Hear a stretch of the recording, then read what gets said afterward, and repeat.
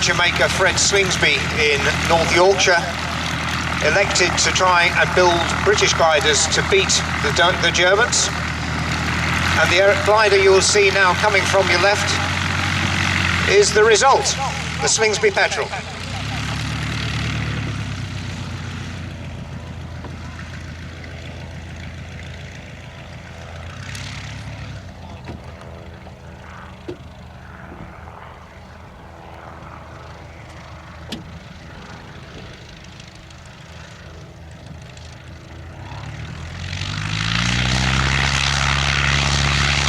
So both the Slingsby Petrel and the Tiger Moth will be climbing to altitude for their respective displays. Meanwhile, we have the Miles Magister, the monoplane equivalent of the Tiger Moth, and RAF Basic Trainer getting airborne.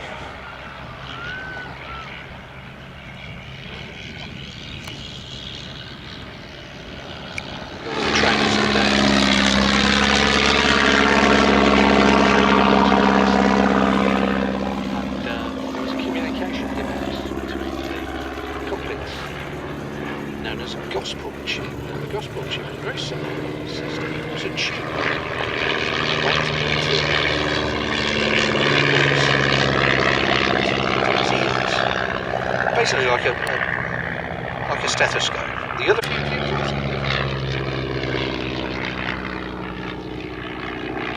couple of interesting things to note on this one. If you look closely behind the rear cockpit, you'll see a diamond of pale coloured paint. That was anti-gas paint. I'm not entirely sure how this works. You might be able to tell us to. But basically the idea was if you're flying along and we'd had a mustard gas attack while you were a student pilot, the paint would change colour. I'm not entirely sure what you were supposed to do about it, though. That's what I wondered, other than fly out of the way of the gas. I was often thought that airfields would come under gas attack, gas delivered by bombs, obviously. And having those gas patches on there was basically a chemical that reacted to mustard gas, chlorine gas, all that they just got out of. Get your gas mask on. Did the gas training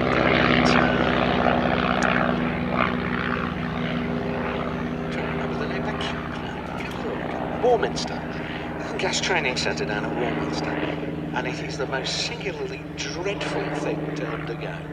It really is, because everything hurts. Well, let's then move on to lighter things, in particular the beautiful shape of the Slingsby Petrel in the sky above us, just shy of an 18-metre wingspan, and the Petrel all-wood construction. Still, even by modern standards, not that inefficient, a 27-to-1 glide angle. In other words, even if there isn't rising air, you're only coming down at an angle of 1 in 27, which is a fairly shallow glide. It actually held heights and distance records in Ireland in the 1980s and 1990s, even though it was by then already a 50-year-old design. And it was brought back by Mike Russell and James Saw in the early 1990s. They re-glued the entire wooden airframe. If you look at the size of those wings, and you reckon there's a wing rib about every 9 inches in that wing,